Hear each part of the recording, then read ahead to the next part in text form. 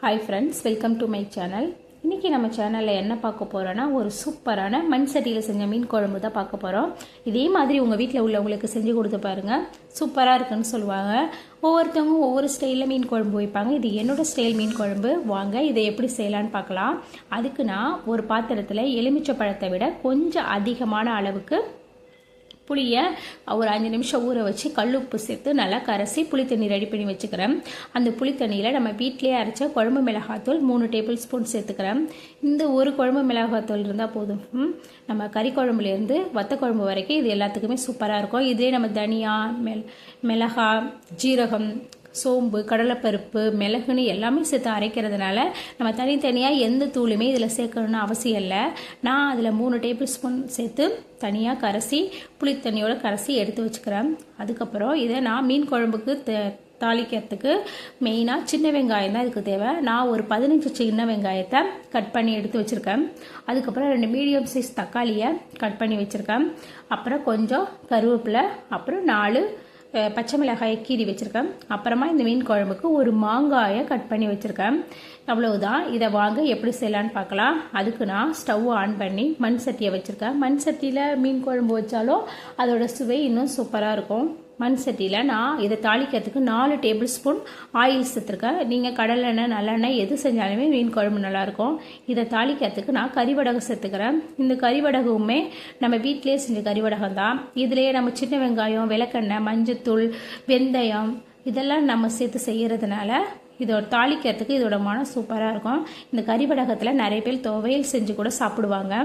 அதுக்கப்புறம் நான் இதில் 1 டேபிள் ஸ்பூன் வெந்தயம் சேர்த்துக்கிறேன். நான் மீன் குழம்புக்கு வெந்தயம் மட்டும் தான் சேர்ப்பேன், கடுகு சேர்க்க மாட்டேன். சில பேருக்கு வந்து மீன் குழம்புக்கு கடுகு சேர்ப்பாங்க. எந்த நான்வெஜ்ஜுக்குமே நம்ம கடுகு சேர்க்கவே கூடாது. கடுகு சேர்த்தோம்னா அதோட டேஸ்ட் போயிடும். நான் எதுக்குமே கடுகு சேர்க்க மாட்டேன். அதுக்கப்புறம் கட் பண்ணி வச்சுருக்க வெங்காயத்தை அது கூட சேர்த்துக்கிறேன். வெங்காயம் நல்லா எண்ணெயில் வதங்கி பொன்னிறமாகிற வரைக்கும் நல்லா வதக்கி எடுத்துக்குங்க. அப்புறமா கட் பண்ணி வச்சு தக்காளியை சேர்த்துக்குங்க. தக்காளி வதங்கிறதுக்கு கொஞ்சமாக இந்த ஸ்டேஜில் கல் உப்பு சேர்த்துக்கலாம். கொஞ்சமாக சேர்த்துக்குங்க. நம்ம ஏற்கனவே புளி கரைசறதுக்கு கல் உப்பு சேர்த்துருக்கிறதுனால கொஞ்சமாக சேர்த்தா போதும். தக்காளியும் வெங்காயமும் எந்த அளவுக்கு வதங்குதோ அந்த அளவுக்கு குழம்பு நல்லாயிருக்கும். அப்புறமா கொஞ்சமாக கருவேப்பிலை சேர்த்துக்கலாம். கருவேப்பிலை சேர்த்து நல்லா வதங்கின பிறகு நம்ம ரெடி பண்ணி வச்சுருக்க அந்த புளி தண்ணியை இதில் நம்ம சேர்த்துக்கலாம். சேர்த்து அதில் உப்பு நமக்கு தேவைக்கு தகுந்த மாதிரி டேஸ்ட் பார்த்துட்டு ஒரு மூடி போட்டு ஒரு 5 நிமிஷம் கொதிக்கட்டும். அதுக்குள்ளே நம்ம மீனை ரெடி பண்ணிக்கலாம். இது வந்து காணாங்கழுத்தி மீன். இது நாகப்பட்டினத்தில் காணாங்கழுத்தின்னு சொல்லுவாங்க. ஆனால் மற்ற ஊரில் எப்படி சொல்லுவாங்கன்னு தெரியாது. இதுக்கு ஃப்ரீயாக மெத்தி மீனும் கொஞ்சம் தோவ மீனும் கொடுத்தாங்க. இது எல்லாமே இங்கே 100 ரூபா தான். பாருங்கள், அதுக்குள்ளே குழம்பு நல்லா கொதிச்சு வந்துடுச்சு. இதோட மனம் இப்போவே அவ்வளோ சூப்பராக இருக்குது. நம்ம இந்த ஸ்டேஜில் தான் பச்சை மிளகாயை சேர்க்கணும். பச்சை மிளகாயோட வாசமும் நம்ம கொதிக்கும் போது சேர்த்தா தான் இந்த மீன் குழம்புக்கு அதோட ஃப்ளேவர் இன்னும் நல்லா தூக்கலாக இருக்கும். அப்புறமா நான் கொதித்ததும் கொஞ்சமாக தேங்காய் அரைச்சி ஊற்றுக்கிறேன். உங்களுக்கு தேங்காய் வேண்டாம்னா நீங்கள் ஸ்கிப் பண்ணிக்கோங்க. எங்கள் வீட்டில் உள்ளவங்களுக்கு தேங்காய் சேர்த்தாதான் பிடிக்கும். நான் தேங்காய் சேர்த்துக்கிறேன். அப்புறமா குழம்பு நல்லா கொதித்ததும் இந்த நேரத்தில் நம்ம மீன் சேர்த்துக்கலாம். நான் மீன் சேர்த்து கொஞ்சம் நேரத்திலேயே மாங்காய் சேர்த்துக்கிறேன். இதே நீங்கள் வந்து ரிமோனியா, ஒட்டு மாங்காய் அந்த மாதிரி சேர்த்துக்கிட்டிங்கன்னா நீங்கள் குழம்பு இறக்க போகிற நேரத்தில் மாங்காய் சேர்த்துக்கிட்டால் போதும். ஆனால் நீல மாங்காய், நாட்டு மாங்காய் சேர்த்துக்கிட்டிங்கன்னா மீன் போட்ட கொஞ்சம் நேரத்திலேயே சேர்த்துக்குங்க. அப்போ தான் இந்த மாங்காய் வேகும். நான் நீல மாங்காய் தான் சேர்த்துருக்கேன். நீல மாங்காய் தான் மீன் குழம்புக்கும் சூப்பராக இருக்கும். அதுக்கப்புறம் நல்லா கொதித்து வந்த பிறகு இறக்கி வச்சுக்கோங்க. நம்ம சூப்பரான மீன் குழம்பு ரெடி ஆகிட்டு பாருங்கள். நம்ம செஞ்ச மீன் குழம்பு எப்படி இருக்குது பார்த்தீங்களா? அதோட கலர் பார்த்தீங்களா? இதில் நான் வச்ச மீன், நம்ம போட்ட மாங்காய் எல்லாமே வந்து சூப்பராக இருக்குது.